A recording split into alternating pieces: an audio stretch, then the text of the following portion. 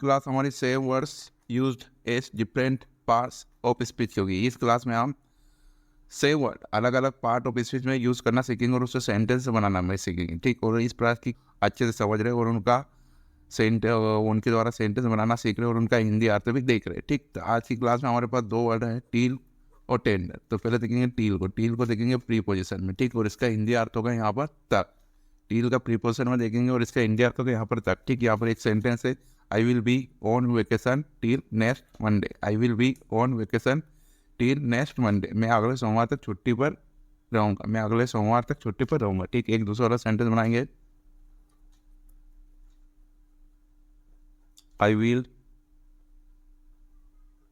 Work till 8 PM। I will work till 8 PM। I will work till 8 PM। ठीक, मैं 8 बजे तक कार्य करूँगा। मैं रात्रि के 8 बजे तक कार्य करूँ। देखो यहाँ पर नाइट नहीं लिखा हुआ कि PM का मतलब ये होता है रात्रि। ठीक, मैं रात्रि के 8 बजे तक कार्य करूँगा। ठीक, तो यहाँ पर देखो टील प्रीपोजिशन में ये यहाँ पर भी टील और यहाँ पर भी। अब इसने क्या बताया, इस मतलब इसकी स्थिति बताई कि ये नेक्स्ट सोमवार तक छुट्टी पर रहेगा और यहाँ पर ये कार्य कितने बजे तक करेगा, 8 बजे तक करेगा, रात्रि के 8 बजे तक। ठीक, तो दोनों सेंटेंस में इस टील ने पहले की स्थिति बताई, किसकी, इसकी सब्जेक्ट की। ठीक, देखते नेक्स्ट एस कंजक्शन। देखो टील कंजक्शन में भी यूज होता है और यहाँ तक जब इसका अर्थ मतलब यहाँ पर इसका अर्थ होगा जब तक की। ठीक, जब तक। अब जैसे ये sentence, you must wait here till I come back. You must wait here till you must wait here till I come back. ठीक, जब तक मैं वापस नहीं आ जाता तुम्हें यही इंतजार करना होगा। जब तक मैं वापस नहीं आ जाता तुम्हें यही इंतजार करना होगा। ठीक, एक दूसरा सेंटेंस देखते हैं, I will not quite till I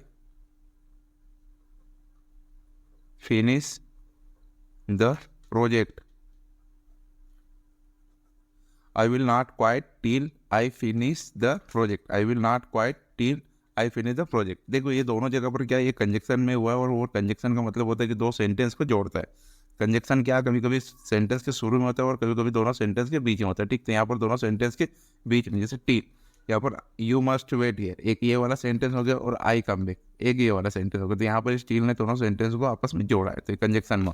यहाँ पर आई विल नॉट क्वाइट ये एक सेंटेंस और आई फिनिश द प्रोजेक्ट ये दूसरा सेंटेंस है। यहाँ पर भी ये टील दोनों सेंटेंस को आपस में जोड़ा है। ठीक, देखते हैं नेक्स्ट टील एस वर्ब और इसका हिंदी अर्थ होता है जोतना। देखो यहाँ पर टील वर्ब में यूज होगा और इसका एक ही हिंदी अर्थ होता है जोतना, मतलब ये कुछ भी मतलब मिट्टी से संबंधित है। ठीक, जैसे यहाँ पर he tilled the field all day, he tilled the fields all day, he tilled the fields all. वह सारा दिन खेत जोतता रहा, वह सारा दिन खेत जोतता रहा। एक दूसरा सेंटेंस बनाएंगे, Ram tills the soil.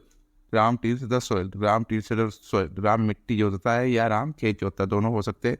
Ram मिट्टी जोतता है या राम खेत जोत सकते। देखो यहाँ पर टील में टील्स लगा हुआ और यहाँ पर टील रहा हुआ। ठीक, ये पास्ट इंडिपेंडेंट का सेंटेंस है, तो यहाँ पर ये पास्ट फॉर्म लगा है, मतलब वर्ब का सेकंड फॉर्म लगा।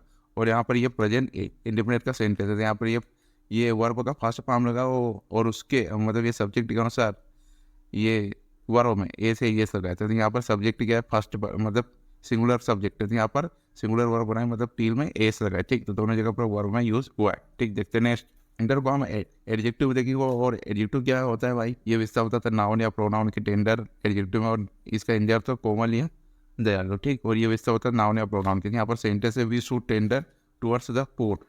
We should tender towards the port. ठीक, हमें गरीबों के प्रति नरम रुख रखना चाहिए, हमें गरीबों के प्रति नरम रुख रखना चाहिए। देखो यहाँ पर ये वर्ब में नहीं यूज हुआ, ये यहाँ पर एडजेक्टिव में यूज हुआ। ठीक, तो ये गरीबों के प्रति नरम रुख रखना चाहिए। तो यहाँ पर किसकी व्यवस्था बता रहा है, इन पूर्ण की मतलब गरीबों की व्यवस्था होता है कि हमको इनके प्रति नरम रुख रखना चाहिए। एक दूसरा सेंटेंस देखेंगे, the tender leaders of the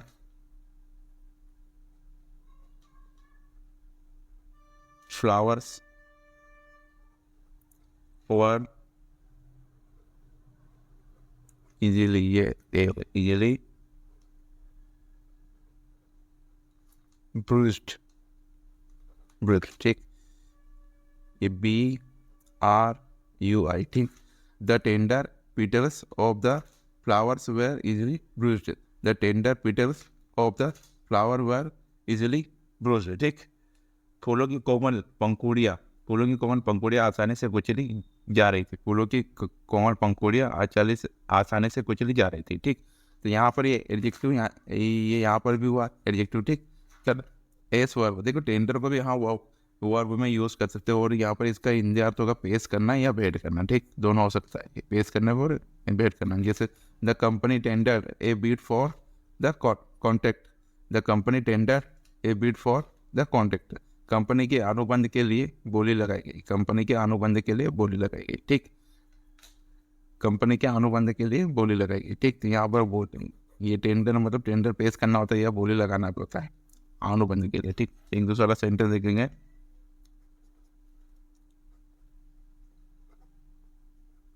tender my compliments, tender my compliments your parents, ठीक। Tender my compliments to your parents, tender my compliments to your parents, ठीक।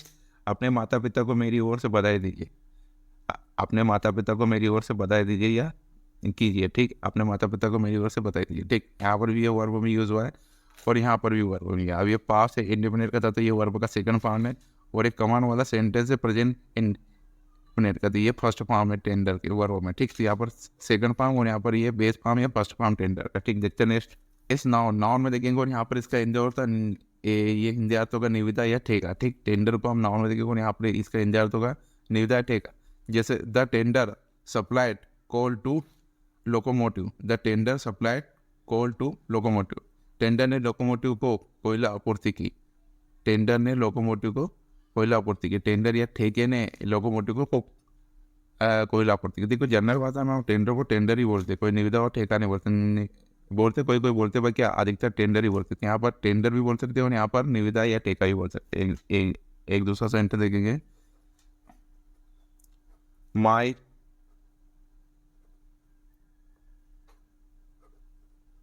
Tender for work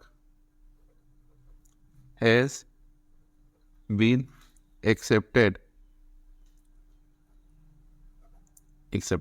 my tender for work has been accepted, my tender for work has been accepted, इस काम के लिए मेरी निविदा स्वीकार कर ली गई है, इस काम के लिए मेरी निविदा स्वीकार कर ली गई, या मेरा ठेका स्वीकार कर लिया गया, ठीक। तो यहाँ पर भी ये काय में नाउन में, ठीक, यहाँ पर भी नाउन में हो और ये सब्जेक्ट की जगह पर यूज होगा, नाउन में किसी की ये इसके जगह आर्टिकल लगा द, ठीक, और यहाँ पर भी ये नाउन में क्योंकि यहाँ पर ये जैसे प्रोनाउन लगाए माई, ठीक, तो दोनों जगह पर नाउन में है, ठीक। Thanks for watching and subscribe.